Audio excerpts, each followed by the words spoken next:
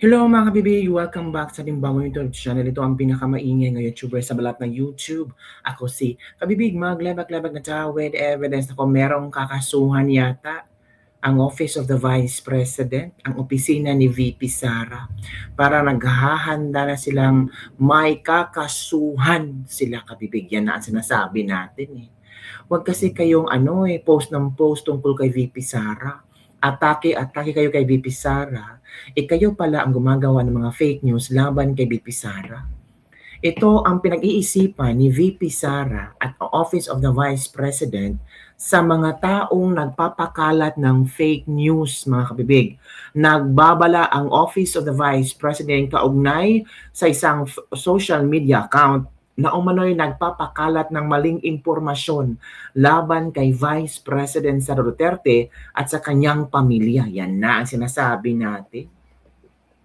Huwag niyo kasing idamay ang pamilya ni VP Sara. Kantihan niyo lang si VP Sara, siraan niyo si VP Sara, huwag lang yung idamay ang kanyang pamilya.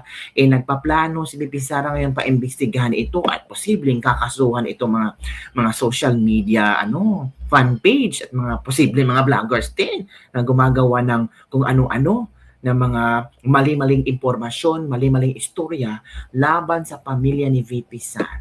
Ito na ang sinasabi nating nako, hindi na kayo patatahimikin ni VP Sara. Sinimulan nyo eh. Kayo ang nanira kay VP Sara. Ginagawa nyo ng istorya kahit hindi totoo. Naturang si VP Sara, iba yan kay PRRD. PRRD, walang pakialam dyan. VP Sara may pakialam. Kasi babae yan nasasaktan eh. Girls are very sensitive and emotional. Kayo, parang feeling nyo, kasi si VP Sara hindi nasasalita, walang keme, parang si PRRD hindi. Sabi ni VP Sara, babalikan ko kayong lahat. Nako, ito kabibig. Nako, sino kaya ang kakasuhan? Ito kabibig ha. I-share ko sa inyo ang isang balita tungkol dyan kabibig. I'm sure naman kayo din, excited din kayo.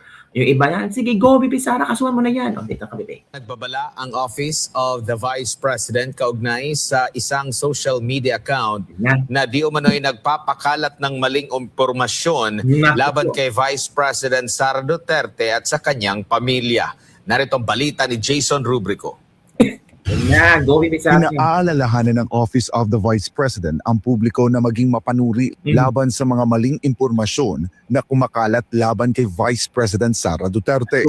Binalaan ng OVP ang publiko hinggil sa social media page na Pinoy_headlines sa TikTok at Facebook na paulit-ulit umanong naglalathala at nagpapakalat ng mali, mapanlinlang at malisyosong nilalaman laban kay VP Sara at sa kanyang pamilya. Iginiit ng tanggapan na gawa-gawa, binaluktot at hindi beripikado ang mga aligasyong ikinakalat ng nasabing page. Dagdag pa ng OVP, malinaw umanong layunin ng mga material na ito na magpalaganap ng maling impormasyon at sirain ang reputasyon ng bise at ng kanyang pamilya. Napansin din umano ng tanggapan na marami sa mga post ng naturang page ang gumagamit ng mga sensational na pamagat, mapanlinlang na thumbnails at clickbait tactics upang makahikayat ng views at engagement, kapalit ng katotohanan at responsableng pag-uulat. Yan na. Ayon pa sa OVP, tila sinadya ang paggawa ng ganitong mga nilalaman upang mag-udyok ng galit, lumikha ng kalituhan at maghasik ng pagkawatak-watak habang ginagamit ang pangalan ni VP Sara at ng kanyang pamilya para sa online traffic. Dahil dito, mariing hinikayat ng OVP ang media at ang publiko na maging mapanuri at tiyaking beripikado ang impormasyon sa pamamagitan lamang ng mga opisyal na channel at mga mapagkakatiwalaang organisasyon ng balita. Ako kabibig nyo, kung ako si VP Sara, kasuhan mo na yung VP Sara. Kasi hindi talaga, well, yan ang mga tawag natin mga troll armies, di ba? So ito naman ang komento ng ating mga basahin natin ha. Ito yung komento nila. Siya nga ang nagpakalat ng fake news tapos siya ang nanghusga ngayon. Sino ba nagsabi ni VP Sara nagpakalat ng fake news? Ba si Claire Castro? Kahit ano ipakalat nila na hindi maganda, Duterte pa rin. Mga mahilig magpalo. Ano ba naman yan? Dilawan nasa likod, sabi ni Kugihan Salasang. From Janice Dos, kahit anong paninira ninyo kay VP, walang maniniwala sa inyo, solo Duterte pa rin. Hindi naman kami niwala 101%. hindi naman maniniwala ang mga supporters ng mga Duterte kahit anong ikalat na chismis laban sa pamilya niya. Dahil alam na nila na daming galit sa kanila. O yan, nakabibig ha.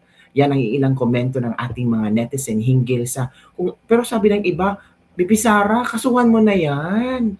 O, di ba kung BBM pa yan ako, pa-NBI na yan. O, ano pa? Pa-NBI, tapos hanapin. Pero ito kabibig ha. Itong bagong pasabog ni Atty. Rowena Guanzon, kung saan sabi ni Atty. Rowena Guanzon na ayaw pumirma ng mga kongresista sa impeachment ni BP Sara kasi malapit ang eleksyon at baka marisbakan sila. Naku po. Of course, mataas ang trust rating ni BP Sara. Kung ano sasabihin ni BP Sara, maraming mga supporters na magpo-follow kay BP Sara. 'Di ba? So ito kabibig ang kinatatakutan ng maraming mga kongresista ngayon na baka risbakan sila. Kasi ito daw ang nangyari noong 2025. Maraming mga kongresista na tumakbo sa other position na hindi nanalo. Nirisbakan ng mga supporters. 'Di ba? Si Abante natalo nga pero nanalo ulit. Yun pero sa utak ng mga tao talo si Abante. Si Dan Fernandez natalo kabibig. Knowing Dan Fernandez is malakas talaga yung kanyang appeal, the same time malakas ang kanyang mga supporters pero natalo at marami pang ibang mga kabibig. Kaya ang ibang mga kongresista na yun ay parang 100% sure sila na hindi sila pipirma sa impeachment ni BP Sara. Dapat sana ngayon marami ng mga lumalabas na istorya na meron na nagpapapirma para sa impeachment ni BP Sara pero hindi daw yan pinag-uusapan. O eto kabibig ha. Ito yung sharing information galing kay Atty. Rowena Guanzon hinggil dito at makinig tayo kabibig. Iisip na yung mga yan eh. Sabi nga ni Congressman Paulo Marcoleta sa akin, naririnig daw niya sa lounge eh. Iba nag-uusap na parang ayaw na nilang pumirma kasi malapit na eleksyon, baka maresbakan sila. Agoy, takot. Alam no, they're all political animals. Correct. Isipin nila ang re-election nila. Correct. Kaya naman sila dikit ng dikit dun sa puon nila na si Martin Luther King Romualdez. Lalo na yan si Luistro ng Batangas. Kasi yun ang namimigay sa kanila ng pera na ipamumudmud nila. Pamudmud nila yung pera natin parang kanila. Yan lang po ang incentive nila doon. Ngayon, kung tanggalin mo yan, wala na silang ayuda. Hindi na bawal na silang magbigay ng mga pangalan. Wala na silang allocable. Diretso na ni Secretary Dizon doon sa mga LGU. Kung anong kailangan. Dapat according to an economic plan naman. Grabe naman. Kung tayo nyo lahat yan, basketball court, tayo nyo lahat dyan, waiting shed, nangyari sa atin? Dapat i-prioritize nyo. For example, LGU magpapagawa, pero unahin muna ha, school buildings. Di ba? Tama. O tsaka yung farm to market road na yan na naman yan ang bagong flood control scam. Uy. Yung farm to market road kasi hindi naman makikita yung road na yan doon sa tuktok ng bulkan. Lalagyan nila. Kaya etong impeachment na ito kay Vice President, posibleng i-dismiss nila. Sasabihin nila, lacking in substance. Kasi confidential fund ang basis. Meron ng COA unmodified finding na pumasa na sa audit ng COA yung confidential fund na 129 million. Compare mo naman sa ilang bilyon-bilyon mo ninakaw na mga magnanakaw na congressman dyan at DPWH. Kasama pala yung mga taga-Malacanang, yung mga undersecretary pala na naglalagay din sila ng mga sarili nilang flood control tsaka unprogrammed funds. Wow. Grabe. So hinayaan ni BBM. Ay, sakit ka na ngayon, kaya ganyan. Lahat ng pera mo dyan, isaksak mo dyan sa tiyan mo. Attorney? Ay, mga kababayan. Ako po ay nananalangin na lang, gabi-gabi, na baka sa 2 taon naman po ay may light at the end of the tunnel. Correct. May divine Basta huwag nyo lang intervention. po silang ipanalo sa 2028 ay magkaka-reform tayo. Saan? Hindi pwedeng sila rin ang magre-reforma, sila rin yung sumira Oh my sa God. bansa natin Hindi at na sa po ating yun, ekonomiya, sa ating mga kababayan. Kaya possible talaga na ma-dismiss nila yan. Sana ma-dismiss. Pag may ano din, basbas. Kasi kahit na nag-inhibit si Sandro as majority leader, kunyari lang yun. Pag may utos, Ayo, of course. Susunod siya. gagawin pa rin yun. Iaakit pa rin sa Senado. Pero ito lang po ang sasabihin ko sa inyo. Dinidistract lang tayo ng mga ito para hindi natin nila panagutin si Martin Romualdez eh. Oh, Kung sino pakulong nila, si Bong Revilla, kung sino. tama. Agree. Oh, yung sinabi ni Bernardo, ha? Hindi lamang si Revilla, si Grace po kasama doon. Mm. Bakit Pero si Bong Revilla lang ang kinulong. Correct. Oh. Pwedeng iakyat nila. Sige, iakyat nila. Pero kailangan nila ng 2/3 vote ng Senado or 16 votes. O, bilangin nyo na kung may 16 votes sila. Wala silang 16 votes dahil 9 na ang Minority. hindi sasang-ayon sa impeachment. So, ilan lang kanila? 24 minus 9. Oy, mga batang grade 3. 24 minus 9. Ilan lang kanila? 15? 15. O, 15. Kulang sila ng isa. Di ba? Tama. Kahit na sabihin pa nilang, hindi naman nag-attend si Bato eh, nagtatago si Bato eh. O di minus na yung sa total. Ay, hindi. Kasi nakalagay naman sa konstitusyon eh. Dapat 2/3 ng buong Senado. So kahit absent, kahit abstain, Wala pa rin. 2/3 pa rin ang Wala kailangan. pa rin. 16 ang kailangan nila na para ma-impeach ang Vice President. Lahat po ito, kung sa Bisaya, balabugay lang eh. Para makalimutan May natin issue. yung mga magnanakaw dyan. Correct. So yan kabibig ang statement ni Attorney Rowena Guanzon, which is true naman. Posibleng mangyari na, oo, baka posible na makalusot sa Congress pero pagdating sa Senado, mababasura ulit mga kabibig. At ito kabibig si Act Representative Tinio noon ay, parang nakikiramdam siya nga, noon grabe yung pirmahan sa impeachment ni Sara, pero ngayon daw, wala pa daw. Parang walang nangyari, parang ang quiet ng Senado. Sabi ni Atty. Rowena Guanzon, di ba? Pakikiramdaman lang sila at yung ibang kongresista ayaw pumirma. So ito mapapibig ko, may ipapakita akong video sa inyo. Yung statement ni Tinio. Okay, kinita ko biga. Justice Committee. Pero kung kayo ang tatanungin, sa tingin niyo ba mas maiging dumaan na lang sa Justice Committee kaysa yung fast track version? Well, best pa rin kung may 1/3 fast track para trial na tayo. Pero kung daraan sa committee, mabuti rin yun para may pagkakataon na balikan natin yung mga issues. Tapos mas mapalawig pa yung mga batayan kung bakit dapat i-impeach si Vice President Sara Duterte.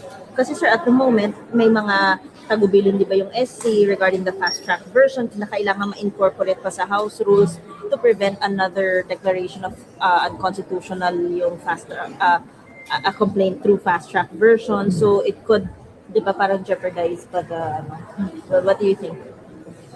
Well, actually, kung itignan natin yung decision sa motion for reconsideration, inatrasan ng Supreme Court yung mga naunang requirements na allegedly kailangan daw ng due process, Tama naman. additional requirements para sa fast track. Sabi dito, walang naramdamang galaw si ACT Representative Tinio upang makakuha ng pirma ng 1/3 ng mga miyembro ng Kamara para mapabilis ang impeachment complaint laban kay VP Sara Duterte. So walang galaw. Wala siya nararamdaman na may gumalaw na, may nagpirmahan na. Sabi ni Alhe, kasi nga hinihintay nilang may maging stable ang Senado, meaning they wanna make sure that they will get 16 votes. Otherwise, it will be useless for them to impeach Sara in Congress. Paano alanganin sila na sa makatuwid talagang malakas si VP, yun ang tibok ng takbo ng ating politically conversation. Namamangkalan sila at malapit na ang 2028. Nag-umpisa na sila maging prutas na balimbing. Mahirap na ipasayan, kung maipasa man niya, mahirap mahanap sa Senado ng 16 votes. Alam na nila kasi malapit na ang eleksyon. Malagay na sila sa alanganin once na malaman ng mga DDS ang mga pumirma, malaking sugal sa political na ambisyon nila. Pera ang hinihintay ng mga buhaya bago pirma, from Nia Philip. So yun kabibig, yun ang mga reaction ng mga netizens kasi hindi pa naramdaman ni ACT Party List Representative Tinio na meron ng mga pirmahan para mabilis daw ang impeachment ni VP Sara. Parang mahina. Well, sabi naman ni Congressman Marcoleta na parang ayaw nang pumirma ng mga kongresista. Parang natatakot na sila. Takot na silang pumirma, baka balikan sila ng mga tao. Kasi kung pumirma sila, tapos party sila sa listahan ng mga DDS, knowing kung hindi matutuloy ang impeachment ni VP Sara, posibleng VP Sara tatakbo sa 2028. Kung sino yung i-endorse ni VP Sara, sure yung mananalo. Paano sila? Paano kung itong mga kongresista na to ay kakompetensya sa mga in-endorse ni VP Sara? There's a possibility na matatalo talaga sila. At ayaw nilang mangyari ang nangyari sa mga kapwa politiko nila na noon ay pumirma sa impeachment ni VP Sara at ngayon hindi nakabalik. Ayaw nilang makita na pinagpupunit-punit ang mga pagmumukha nila dahil galit ang mga tao sa ginawa nilang pag-impeach kay VP Sara. Ayaw nila na yung pangalan nila ay nakabalandara sa social media at hinihulugkat kung ano ang kanilang mga tinatagong baho na posibleng makakaapekto sa kanilang pagtakbo. Kaya ngayon, mag-isip-isip na ang mga kongresista kung pipirma ba sila or hindi. Basta kung pipirma sila, natural, ang i-endorse ng VP Sara, yung kontra sa kongresista. Hindi ba? Si Abante nga, talo. Pero nakabalik, nanalo. Yun lang kabibig ang ating Litis Libag-Libag for today. Ano ang iyong opinion hinggil dito? Pero in fairness kahit ano pang paninilala kay VP Sara, mataas pa rin ang trust rating. Ang trust rating, satisfaction rating, performance rating, sobrang taas. Lalo na the end of 2025. How much more ngayon? Na talagang nakikita na ng mga tao na grabe yung corruption sa administrasyon ni BBM. Yung latest na mga text messages daw ni BBM at ni Adrian Bersamin. At merong ebidensya si Leandro Liveste na nawawala at nagbakasyon pala ngayon. So, grabe yung hindi ito mind conditioning, kundi pagbubuka sa totoong pasimuno ng mga kickbacks. Grabe So yun kabibig, si Congressman Erese nga, dilawan to. Pero siya, talagang sinabi niya na takot ang mga dilawan na si VP Sara ay makakaupo sa 2028 kasi alam nila kung ano ang mangyayari sa mga dilawan na 2028. Diba? Babalikan talaga sila ni VP Sara. At si Trillanes nga, takot si VP Sara uupong presidente kasi I'm sure uunahin yan si Trillanes ni VP Sara. Uunahin talaga yan. We don't know, diba? Yun lang kabibig ang ating Litis Libag-Libag for today. Don't forget to like, subscribe, and share this video para sa mga latest trending news nating pag-usap-usapan at shoutout sa ating mga OFW dyan. Kumusta kayo, oy? Kumusta mga OFW? Malapit na ang hearing ni Tatay Digong, ilang tulog na lang. Sumanood tayo, mag-obserba tayo, makinig tayo, and we keep on praying na sana mabasura yung mga gawa-gawa nilang kaso ni Tatay Digong, mga kabibig. We're praying for that. At sana makauwi na si Tatay Digong kasi matanda na, mag-82, 81 years old. Tapos nandun pa sa ICC. Ay, nako kapipig. So, yun lang po ang ating pinag-uusap-usapan ngayon. Don't forget to like, subscribe, and share this video para sa mga latest trending news na ating pag-usap-usapan. Okay? Bye everyone. See you next time. Huwag kalimutan mag-pray kayo mga OFW dyan. Huwag kalimutan kumain din. Puro trabaho-trabaho lang. Mag-relax din kayo.